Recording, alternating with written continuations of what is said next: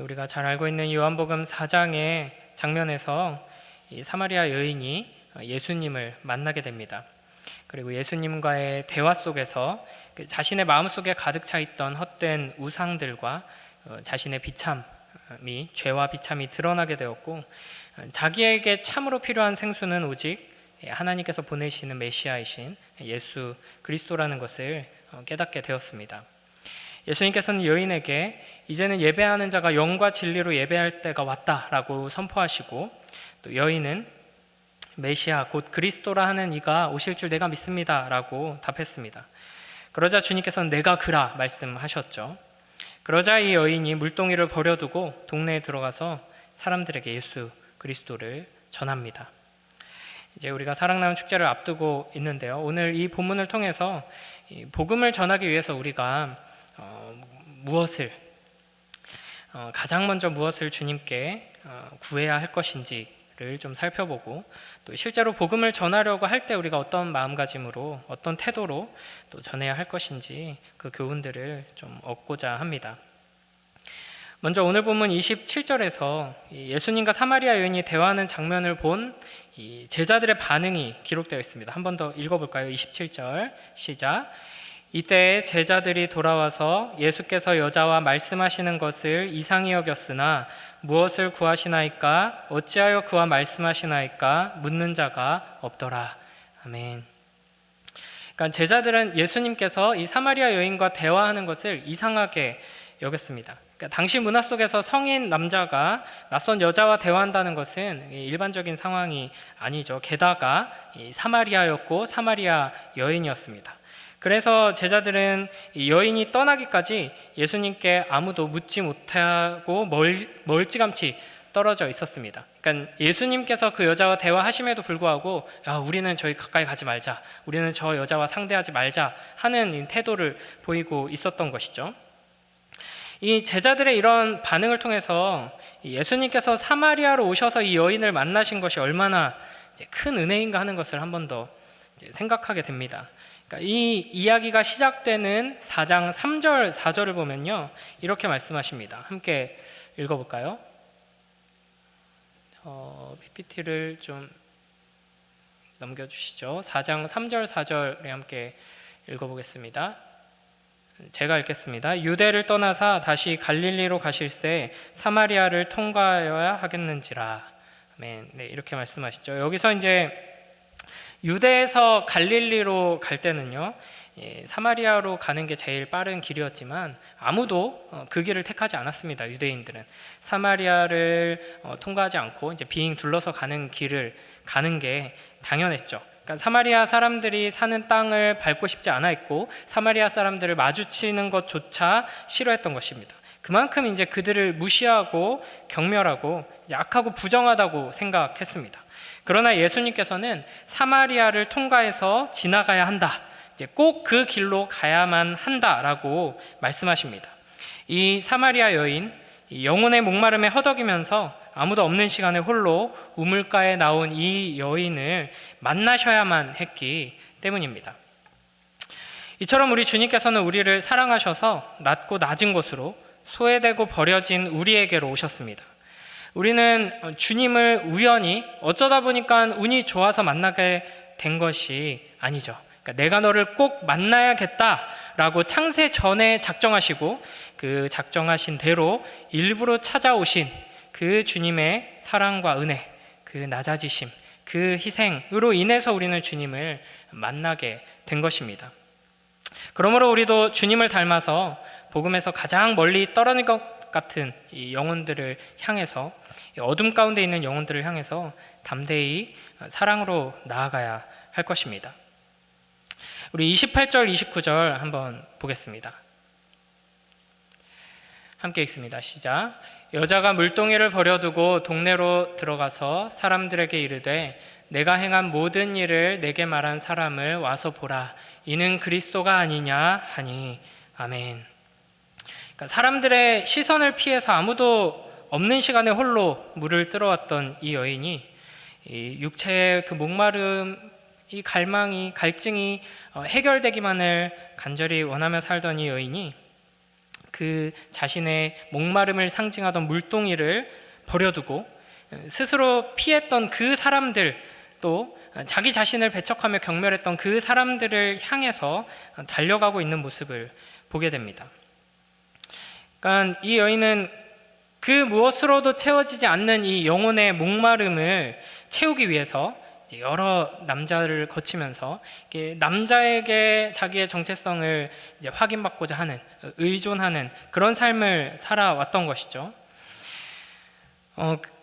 또한 그 물동이를 들고 우물가로 나와왔다 하는 것이 매우 상징적인 모습이죠. 그러나 예수님을 만나자 그 영혼의 목마름이 채워지고는 그 물동이를 버려두고 동네로 들어간 것입니다. 그러니까 여기서 이 물동이가 상징하는 것이 우리가 이 땅에서 행복하기 위해서 붙들고 의지하는 그 모든 것들을 상징한다고 할 수 있습니다. 우리는 안정된 삶을 원하고요, 정서적인 만족, 또 기쁨, 또 궁극적으로는 우리가 원하는 이 모든 것들 모든 갈증들이 영혼의 목마름에서 말미암는 것이죠. 그것이 이제 영혼의 목마름 때문이라는 것을 우리가 모르기 때문에 이 공허한 마음을 채우기 위해서 다양한 것들을 의지합니다. 다양한 것들을 추구하며 쫓죠. 돈을, 또 명예를, 가족을, 친구를, 또 학벌을, 성공을, 많은 사람들의 칭찬을, 인정을, 이런 것들을 추구하며 살아갑니다. 그렇게 의지하고 추구하던 것을 다 내려놓고 사람들을 향해서 달려간 것입니다. 이게 이제 예수님을 만난 사람의 모습이죠. 예수님을 만난 사람은 이와 같은 것들을 즉시 버려두고, 여기 우리가 그토록 간절히 원하던 것, 우리가 타는 듯한 갈증을 느끼면서 어떻게든 이 갈증을 해소하기 위해 몸부림치며 살고 있는데, 그 갈증을 단번에 해소시켜 주시는 분이 바로 여기 있습니다. 우리의 진짜 문제는 우리의 영혼이 타는 듯한 갈증으로 고통스러웠다는 것이고, 그걸 해결해 주시는 분이 바로 여기 있습니다 라는 메시지를 가지고 외치게 된다 하는 것입니다. 우리가 알듯이 바울 사도도 평생에 자랑으로 여기던 자신의 출신과 학벌과 지식을 배설물로 여기면서 버리고 가장 소중한 복음을 들고 평생 세상을 향해서 나아가 외치며 전하는 삶을 살았습니다. 이런 변화는 특별하게 부름받은 몇몇 사람에게서만 일어나는 일이 아니라는 것을 기억해야 합니다. 예수님을 만난 모든 이들에게 일어나는 일인 것이죠. 그러니까 예수님께서는 이 여인을 만나셔서 내가 너를 일부러 특별히 찾아왔다, 이 사마리아 지역을 복음화시키기 위해서 너를 특별한 리더로, 특별한 복음 전도자로 내가 너를 세운다, 이렇게 부르신 것이 아닙니다. 그저 그 여인의 깊은 내면의 갈증, 그 무엇으로도 채워지지 않은 영혼의 목마름을 드러내게 하셨고, 죄인들에게 하나님께서 주시는 참된 생수가 필요하다는 것을 깨닫고 내가 그 생수다라는 것을 선포하셨을 뿐입니다. 그러니까 이렇게 이제 요한복음은 표적이 우리를 살리는 것이 아니라 하나님의 말씀이 우리를 살리고 변화시킨다 하는 것을 계속 강조합니다. 그러니까 참으로 우리의 내면 깊은 곳에 숨겨진 죄를 끄집어내고 우리의 눈을 열어서 참되고 영원한 것을 갈망하게 만드는 그 회복의 능력은 예수님의 말씀에서 나온다 하는 것이죠. 그 하나님의 말씀이 선포될 때 성령의 능력으로 말미암아서 우리는 죄를 깨닫고 회개하게 되고, 우리를 사랑하시는 그 아버지 하나님을 바라볼 수 있게 되고, 우리의 구원 되시는 예수 그리스도를 믿고 의지하게 되는 것입니다. 그리고 이렇게 예수님을 만나서 새 생명을 얻은 사람은 참된 만족을 누리면서 생수의 근원 되신 예수 그리스도를 전하는 삶으로 나아가게 된다 하는 것입니다. 그러니까 우리가 여기서 이제 주목해야 할 점은, 이 여인이 예수님을 만나고 나서 오랜 시간 동안 그 말씀을 배우고 훈련받고 봉사와 섬김을 통해서 그 말씀의 능력을 체험한 뒤에 충분히 자라고 나서 어떤 열매를 가지고 이제 복음을 전하는 자리로 간 것이 아니다라는 겁니다.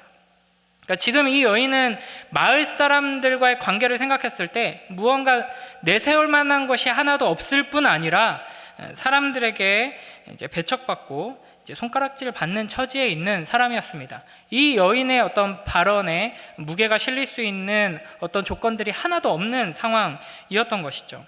그러나 예수님을 만나 복음을 깨닫고 은혜를 힘입자 바로 그렇게 피하던 그 사람들에게 달려가는 그 담대함이 생긴 것입니다.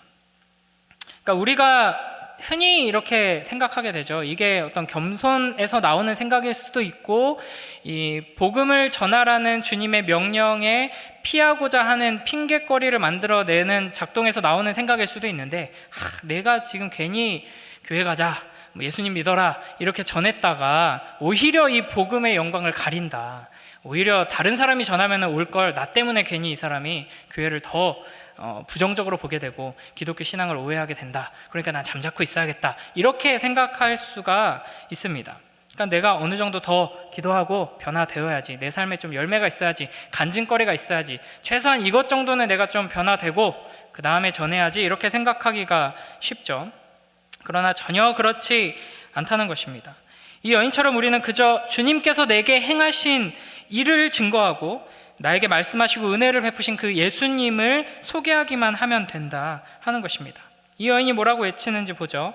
내가 행한 모든 일을 내게 말한 사람을 와서 보라, 이는 그리스도가 아니냐, 이렇게 외치기만 해도 충분하다 하는 겁니다. 그러자 어떤 일이 벌어집니까? 우리 30절 읽어볼까요? 시작. 그들이 동네에서 나와 예수께로 오더라. 아멘. 그러니까 내 힘으로, 내 능력으로 내가 만들어낸 누가 봐도 그럴싸한 어떤 열매를 가지고 사람들에게 복음을 전해야만 하는 것이 아니라 그저 내가 만난 예수님을 전하고 나에게 오신 예수님을 소개할 때 나를 통해서 잃어버린 영혼들이 주님께로 나아오도록 주님께서 역사하신다 하는 것입니다.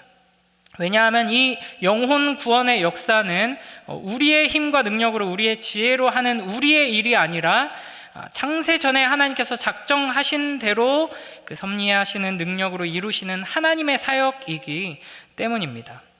그렇기 때문에 우리가 우리의 연약함에도 불구하고 담대히 주님의 명령에 순종하는 마음으로 복음을 전하고 또 이 사랑 나누는 축제로 초청함으로써 주님께서 예배하신 영혼들이 이 예배의 자리로 나아오는 그 영광스러운 장면들을 함께 경험하게 되는 복된 우리 모두가 되길 축복합니다. 이렇게 이제 이야기를 해도 사실 이제 이론적으로는 이제 머리로는 아멘 하고 그렇습니다. 하지만 이제 실제로 복음을 전하는 상황 속에서는 여러 가지 걸림돌이 많죠. 두려움과 부담도 계속해서 생깁니다. 쉽지 않은 게 사실입니다. 그래서 이제 때로는 마음속에서 계속 갈등하고 망설이면서 이제 주님께서 명령하시니 이제 또 온 교회가 이렇게 힘쓰기로 작정하고 기도하고 이렇게 하니 또 목사님께서 저렇게 계속 말씀을 전하시니 그래 이렇게 한번 하자. 그러니까 뭐 이제 순종하는, 겉으로는 순종하지만 이제 마음속으로는 조금 억지로 어쩔 수 없이 이렇게 순종하는 경우도 있습니다. 이제 그런 순종도 참으로 귀하고 아름다운 것입니다. 그러니까 이렇게 억지로 할 바에는 내가 하는 게 아니야, 이제 내 마음이 생길 때까지 기다려야 돼, 이럴 필요가 없죠. 억지로 끌려가듯이 하는 순종도 하나님께서는 기쁘게 받으시고 그렇게 한 걸음 내디딜 때 주님께서 은혜를 경험하게 하십니다. 그러나 이제 힘들어도 어려워도 어쩔 수 없이 이제 끌려가듯이 억지로 순종하는 것보다 이제 더 좋은 길이 있다는 것을 항상 잊지 말아야 합니다. 그러니까 이 균형을 잃지 말아야 하죠. 우리의 연약함을 그냥 짊어진 채로 힘겹게 한 걸음 한 걸음 이제 순종해 나가는 그 발걸음도 필요하지만 계속해서 우리의 삶이 이런 식으로 끌려가는 듯한 순종에 머물러서는 안 되는 것이죠. 우리가 추구해야 하고 소망해야 되는 것은 가장 좋은 길인데 그게 뭐냐면 기쁨으로 순종하는 길입니다. 근데 이제 기쁨으로 순종해야 한다고 해서 이 기쁨이 내 마음대로 되는 게 아니죠.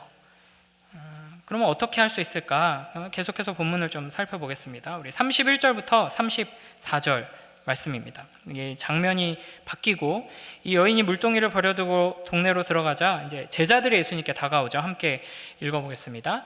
그 사이에 제자들이 청하여 이르되 랍비여 잡수소서, 이르시되 내게는 너희가 알지 못하는 먹을 양식이 있느니라. 제자들이 서로 말하되 누가 잡수실 것을 갖다 드렸는가 하니 예수께서 이르시되 나의 양식은 나를 보내신 이의 뜻을 행하며 그의 일을 온전히 이루는 이것이니라. 아멘. 그러니까 제자들이 이제 잡수실 것을 권합니다. 음식을 가져와서. 그러나 예수님께서는 나에게는 너희가 알지 못하는 먹을 양식이 있다 말씀하시죠. 제자들이 누가 뭐 먹을 걸 예수님께 드렸지? 이렇게 궁금해했지만 예수님께서 이렇게 말씀하십니다. 나의 양식은 나를 보내신 이의 뜻을 행하며 그의 일을 온전히 이루는 것이다. 여기서 예수님께서 말하신 양식이 이 여인이 버려두고 떠났던 그 물동이와 아주 비슷한 의미를 지니고 있습니다. 그러니까 예수님께서 말씀하신 의미가 뭐냐면 나는 나를 보내신 이의 뜻을 행하고 그의 일, 하나님의 일을 온전히 이루는 것을 통해서 이 영혼의 갈증이 채워지는 참된 만족과 기쁨을 누린다. 나의 기쁨은 여기에 있다라는 말씀입니다. 그러니까 육체적인 갈증과 이 세상적인 목마름에 고통스러워하던 사마리아 여인은 예수 그리스도를 통해서 참된 생수를 발견했고 그 영혼의 갈증, 그 궁극적인 목마름이 해결되었습니다. 그리고 그 참된 만족 안에서 그 즉시 이 새로운 갈증을 느끼게 되었습니다. 그게 바로 이 귀한 생수, 생명의 복음을 다른 이들에게 가서 전하려는 갈망인 거죠. 그러니까 이게 바로 주님의 마음입니다. 이게 바로 주님의 마음을 품은 자의 반응이라고 할 수 있는 것이죠. 그러니까 이게 사실은 모든 구원받은 자의 마음속에서 일어나는 일입니다. 그러니까 정리하자면 예수 그리스도로 말미암아서 영혼의 목마름이 해결되고 참된 만족을 맛본 사람은 그 즉시 하나님을 향한 갈증, 이 잃어버린 영혼을 향한 갈증으로 이제 다시 채워지게 된다 하는 것입니다. 그래서 예수님께서 나는 내 육신을 배부르게 하는 이 땅의 음식에 이제 배고픔을 느끼고 그 음식을 먹고 만족을 누리고자 이렇게 하는 것이 아니라 하나님의 뜻을 행하기를 나는 간절히 원하고 그것에 배고프다. 그리고 그 일을 온전히 이룰 때 나는 참된 배부름, 참된 만족을 느낀다라고 지금 제자들에게 말씀하시는 것입니다. 예수님께서는 요한복음 6장 38절 39절에서도 이렇게 말씀하시죠. 함께 읽습니다. 시작. 내가 하늘에서 내려온 것은 내 뜻을 행하려 함이 아니요 나를 보내신 이의 뜻을 행하려 함이니라. 나를 보내신 이의 뜻은 내게 주신 자 중에 내가 하나도 잃어버리지 아니하고 마지막 날에 다시 살리는 이것이니라. 아멘. 우리 주 예수 그리스도께서 아버지 하나님께서 주신 백성들을 다시 살리는 것, 잃어버린 영혼들을 구하는 것을 양식으로 삼으십니다. 그래서 34절에서 그 일을 온전히 이루는 것이라고 표현을 하셨는데요. 이 말은 예수님께서 십자가 위에서 다 이루었다라고 하신 말씀과 같은 말입니다. 그러니까 십자가에 달려 죽으심으로써 우리를 구원하시는 일이 예수님께는 가장 큰 기쁨이고 가장 큰 만족을 주는 일이기 때문에 무엇을 가장 간절히 원하면서 무엇에 갈망을 하고 무엇에 갈증을 느끼고 계시는가, 그 영혼을 구원하는 일에 갈증을 느끼고 계신다 하는 것입니다. 히브리서 12장 2절에서는 이렇게 말씀하시죠. 함께 읽습니다. 시작. 믿음의 주요 또 온전하게 하시는 이인 예수를 바라보자. 그는 그 앞에 있는 기쁨을 위하여 십자가를 참으사 부끄러움을 개의치 아니하시더니 하나님 보좌 우편에 앉으셨느니라. 아멘. 그러니까 주님께서는 그 아버지를 지극히 사랑하셨기 때문에 아버지의 뜻을 이루는 것이 가장 큰 기쁨이었습니다. 그리고 우리를 그 무엇보다도 소중히 여기시며 사랑하셨기 때문에 우리를 구원하시는 것이 다른 무엇보다도 가장 큰 기쁨이셨습니다. 그 기쁨을 얻기를 가장 간절히 원하셨던 것이죠. 그래서 예수님께서는 십자가를 지실 때에도, 지러 가실 때에도, 십자가에 달리실 때에도 매우 고통스럽고 두렵고 슬프셨지만 실제로 우리가 상상할 수 없는 큰 고통을 맛보셨지만 동시에 기뻐하신 것입니다. 우리도 마찬가지죠. 복음을 전하는 일이 너무 즐겁다, 너무 신나고 너무 어렵지 않아요 이렇게 하는 사람은 사실은 대부분 정상이 아닙니다. 조금 이상한 사람이거나 매우 독특한 사람이죠. 일반적이지 않습니다. 복음 전하는 게 어렵고요. 이 시대는 더욱 그렇습니다. 힘든 일이고요. 사실상 거의 불가능한 일이라고 보는 게 맞습니다. 그렇기 때문에 우리가 망설여지는 것이고요. 두려운 것이고요. 좀 피하고 싶다, 안 하고 싶다, 이런 마음이 드는 것이죠. 그럼에도 불구하고 그런 마음을 그대로 가지고 있으면서 그것보다 더 큰 기쁨으로 나아갈 수 있는 것은 우리 안에 주님의 마음이 있기 때문입니다. 예수님께서 무엇을 가장 간절히 원하시면서 갈망하셨는지, 어디에 가장 큰 기쁨이 있다고 생각하셨는지 우리도 동일하게 그 마음을 품는다면, 이게 너무 힘들고 어려운 일이지만 그 기쁨을 기대하면서 나아갈 수 있는 것이죠. 참으로 하나님을 사랑하는 사람은 다른 무엇보다도 하나님의 뜻을 이루는 것에서 참된 기쁨과 만족을 누리게 될 것입니다. 하나님을 사랑하는 사람은 소와 쟁기를 버려두고 하나님의 부르심을 따른 엘리사처럼, 배와 그물을 버려두고 예수님을 따른 제자들처럼, 물동이를 버려두고 동네에 자기를 배척하고 미워하던 사람들을 향해 달려갔던 이 사마리아 여인처럼 하나님의 말씀에 순종하며 그 뜻을 이루는 데서 큰 기쁨을 누리고 참된 만족을 맛보게 될 것입니다. 그래서 우리가 이제 주님 마음 내게 주소서라는 그 제목을 하나님께서 담임 목사님께 주셔가지고 그 주제로 우리가 특세를 하면서 계속 기도하고 또 이렇게 순서를 정해서 기도하면서 이 사랑나는 축제를 준비하는 것이죠.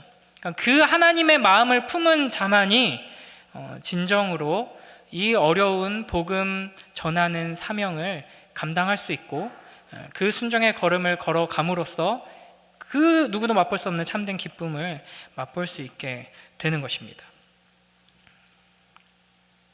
참으로 예수 그리스도를 만나서 그 영혼의 갈증이 채워진 사람은 그 즉시 새로운 갈증, 또 다른 목마름을 가지게 된다 하는 것을 기억하면서 잃어버린 영혼들을 향한 주님의 마음, 또 다른 목마름을 가지고 기쁨으로 이 전도의 사명을 감당하는, 또 그렇게 기쁨으로 이 전도의 사명을 감당하기 위해 어떻게든 이 두려움을 맞서려면 어떻게 해야 하나, 얼굴에 철판을 깔려면 어떻게 해야 하나, 이런 고민이 아니라 더 큰 은혜를 누리고 더 주님의 마음을 품기 위해 더 부지런히 말씀 붙들고 기도의 자리로, 예배의 자리로 나오는 복된 우리 모두가 되길 축복합니다.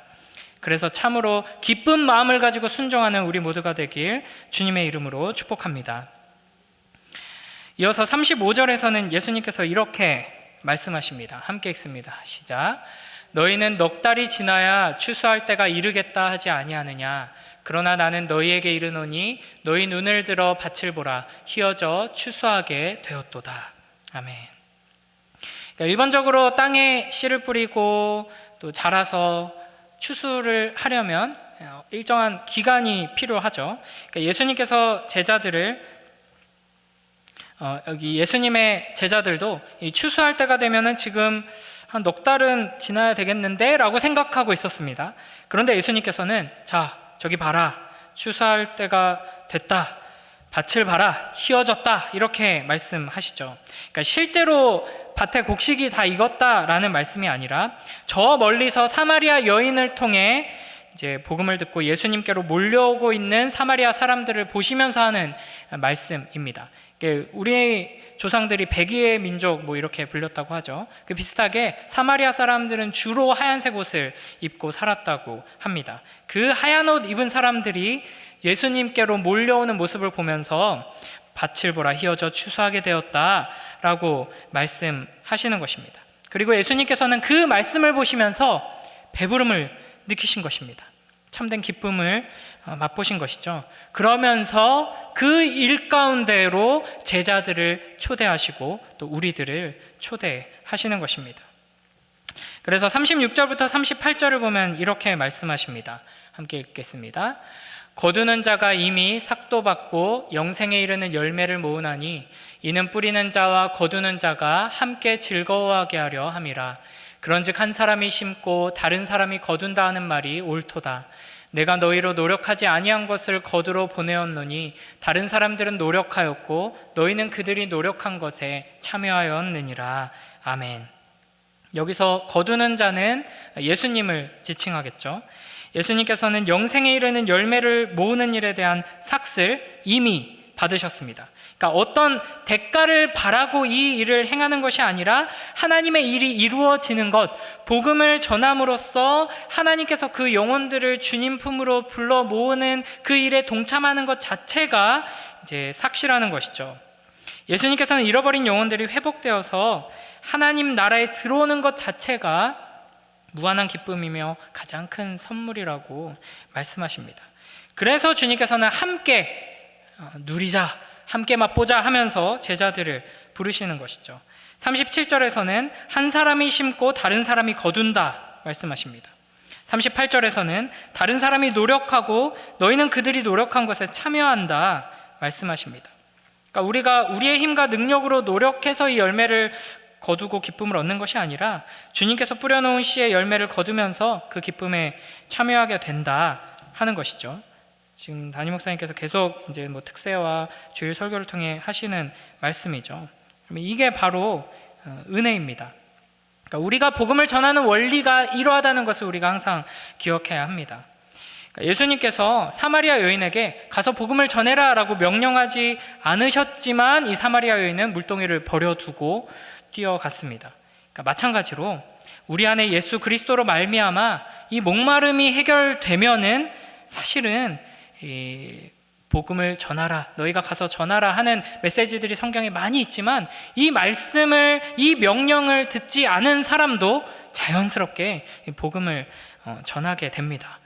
이 우리의 영혼의 이 목마름이 채워지는 순간 예수님께서 가지고 계신 그 또 다른 목마름이 우리 안에서 생겨나기 때문입니다. 예수님과 같은 이 배고픔과 갈증, 하나님 나라를 향한, 이 잃어버린 영혼들을 향한 갈망과 열정을 가지게 되는 것이죠. 그래서 사람들에게 가서 복음을 전하게 되는데, 이때 우리의 힘과 능력으로 사람을 변화시키는 것이 아니라 하나님의 말씀이 나를 이렇게 변화시킨 것처럼 주님께서 친히 한 사람을 변화시키는 그 놀라운 역사에 우리가 동참하며 기쁨을 맛보게 된다 하는 것입니다. 그리고 하나님께서는 이 모든 일을 말씀을 통해서 이루십니다. 그러므로 우리는 담대히 순종하며 나아갈 수 있는 것입니다. 우리가 이 주님께서 우리에게 주신 말씀을 붙들고 말씀의 능력으로 우리 안에 갈증이 온전히 채워지고 새로운 목마름으로 변화되는 것을 경험한다면 그때는 앞뒤 재지 않고 순종하면서 담대히 복음을 전하기만 하면 됩니다. 그러면 기쁨과 만족은 이미 우리에게 보장되어 있다 할 수 있습니다. 거듭난 자에게 새롭게 생겨나는 새로운 이 목마름이 하나님의 일을 행하는 것, 이 말씀에 순종하며 복음을 전하고 한 영혼을 섬기는 이 일 가운데에서 채워지는 것을 느끼면서 한 영혼 한 영혼을 살리시는 주님의 역사에 동참하는 기쁨을 풍성히 누리는 복된 우리 모두가 되길 주님의 이름으로 축복합니다. 이제 마지막 부분인데요. 이어서 39절부터 42절 보겠습니다. 함께 읽습니다. 시작. 여자의 말이 내가 행한 모든 것을 그가 내게 말하였다 증언하므로 그 동네 중에 많은 사마리아인이 예수를 믿는지라. 사마리아인들이 예수께 와서 자기들과 함께 유하시기를 청하니 거기서 이틀을 유하심에 예수의 말씀으로 말미암아 믿는 자가 더욱 많아 그 여자에게 말하되 이제 우리가 믿는 것은 내 말로 인함이 아니니 이는 우리가 친히 듣고 그가 참으로 세상의 구주신 줄 알미라 하였더라. 아멘. 이 사마리아 동네에서 많은 사람들이 예수님을 믿게 되었는데 이것은 놀라운 기적이나 표적, 누구라도 들으면 이게 진짜야 하고 관심을 기울일 만한 커다란 간증거리 때문이 아니라 예수 그리스도로 말미암아 그 갈증이 해갈된 한 여인의 증언 때문이었습니다. 눈에 보이는 기적보다도 훨씬 더 놀랍고 신비로운 한 사람의 변화 때문에 일어난 일이었던 것이죠. 그래서 사마리아인들은 이 증언을 듣고 예수님께 와서 또 예수님을 통해서 직접 듣고는 예수님께 더 머물러 주시기를 요청했고 예수님께서는 거기서 이틀을 더 머무르십니다. 이렇게 사마리아인을 통해서 주님께서 많은 사마리아인들이 복음을 듣게 하시고 주님께로 나아오게 하신 것이죠.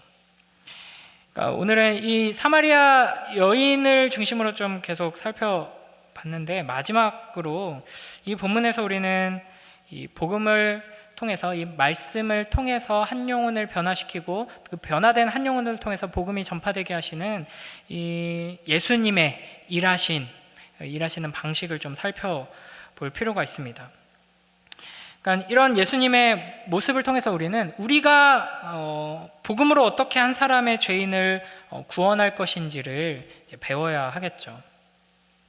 물론 이제 복음을 전하는 데 있어서 어떤 딱딱 떨어지는 공식은 없습니다.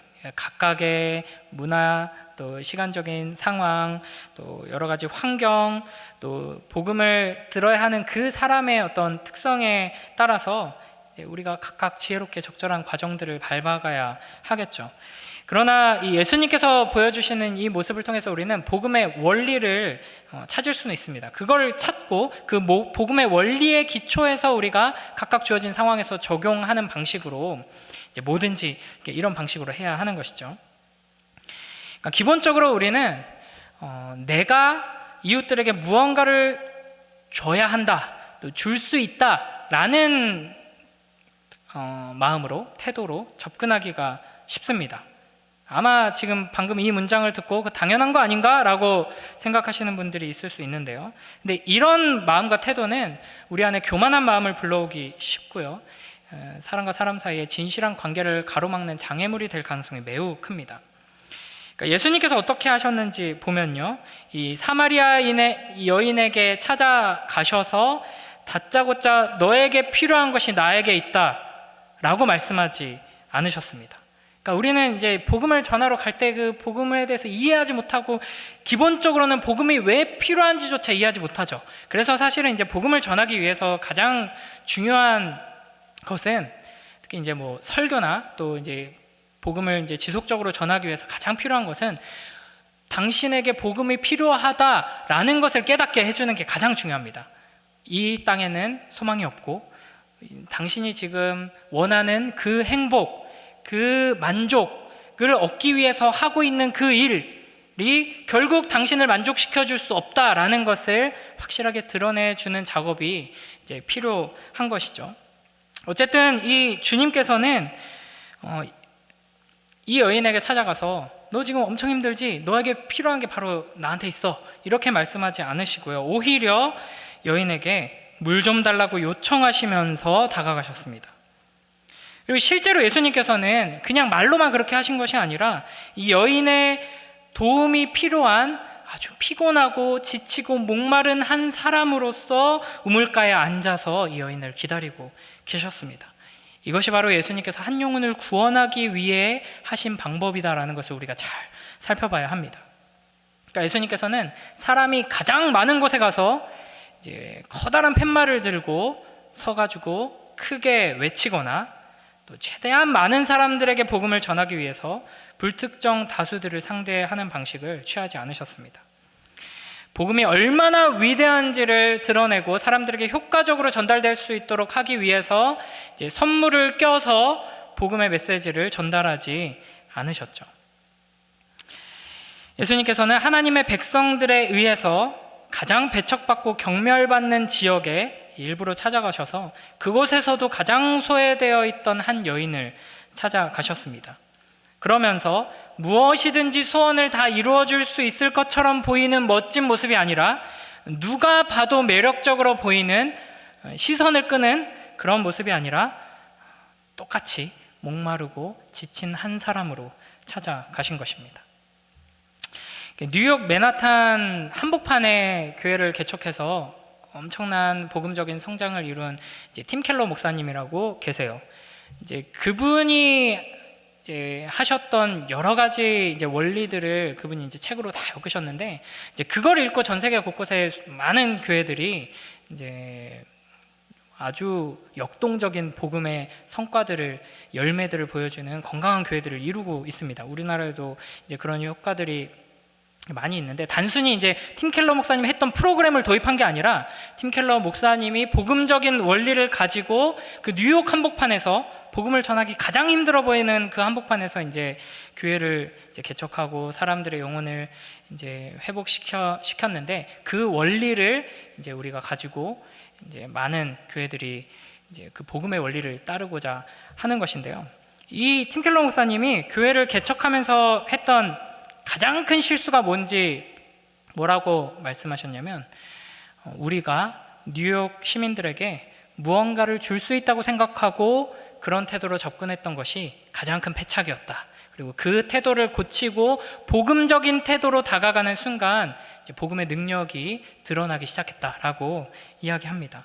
그러니까 어떤 이들은 이런 태도를, 저 불쌍한 영혼들, 아무것도 모르는 자들, 나한테 이 좋은 게 있는데, 이런 태도를 복음적인 자신감으로 표현할 수도 있습니다. 그러나 참된 복음은 우리를 겸손하게 만들고 낮은 자세로 한 영혼에게 집중하게 만들고, 또 그들에게 복음을 제시하기에 앞서서 먼저 그 한 영혼을 바라보면서 진실한 관계를 맺는 모습으로 변화시킵니다. 그래서 우리는 하나님께서 우리에게 주신 복음을 통해서 우리가 섬겨야 하는 이웃들에게 참된 복음으로 변화된 마음을 가지고 다가가야 합니다. 참된 겸손과 사랑으로, 이게 이제 좀 낯선 표현일 수도 있는데, 먼저 이웃들에게 배워야 하고 귀 기울여야 하는 것입니다. 그리고 진실한 관계를 맺고 우정을 쌓아야 하는 것이죠. 이제 그제서야 복음적인 방식으로 예수님께서 모범을 보여주신 그 방식대로 복음이 전파되게 될 것입니다. 이것이 바로 이제 교회가 지역사회에 복음을 전하는 가장 이제 복음적인, 성경적인 방식이라고 할 수 있습니다. 그러니까 우리는 예수님처럼 낮은 자세로 이웃에게 다가가야 하고 그들의 삶에 들어가야 하는 것이죠.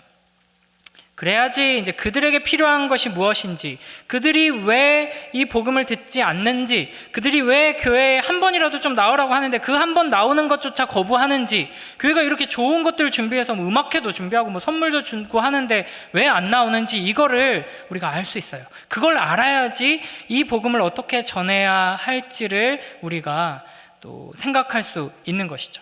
그냥 사도신경 줄줄 읊으면서 이걸 믿어야 돼, 십자가 복음 있는 그대로 전한다고 해서 그들이 처한 상황에 대해서 아무런 관심도 없으면서 그냥 외친다고 전해진다? 저는 그렇게 생각하지 않습니다. 그럼에도 불구하고 그런 방식을 통해서도 주님께서 역사하시지만, 그러니까 계속 그런 방식으로 해도 돼 라고 말한다면 직무유기죠. 그래서 우리는 예수님께서 우리에게 주신 방식을 따르기 위해서 노력해야 할 필요가 있습니다. 그들을 그토록 이제 어둠 가운데서 빠져나오지 못하게 올가매고 있는 우상이 무엇인지, 그들을 참된 예배로 나아가지 못하게 만드는 장애물이 무엇인지, 우리가 복음적인 자세로 그들에게 다가가 이제 사랑을 베풀 때 분명하게 하나하나 드러나게 될 것이고, 그 10년 가운데 복음이 역사해서 예수 그리스도를 그리스도로 고백하는 자리로까지 나올 수 있게 할 것입니다. 이게 사실은 굉장히 어려운 길입니다.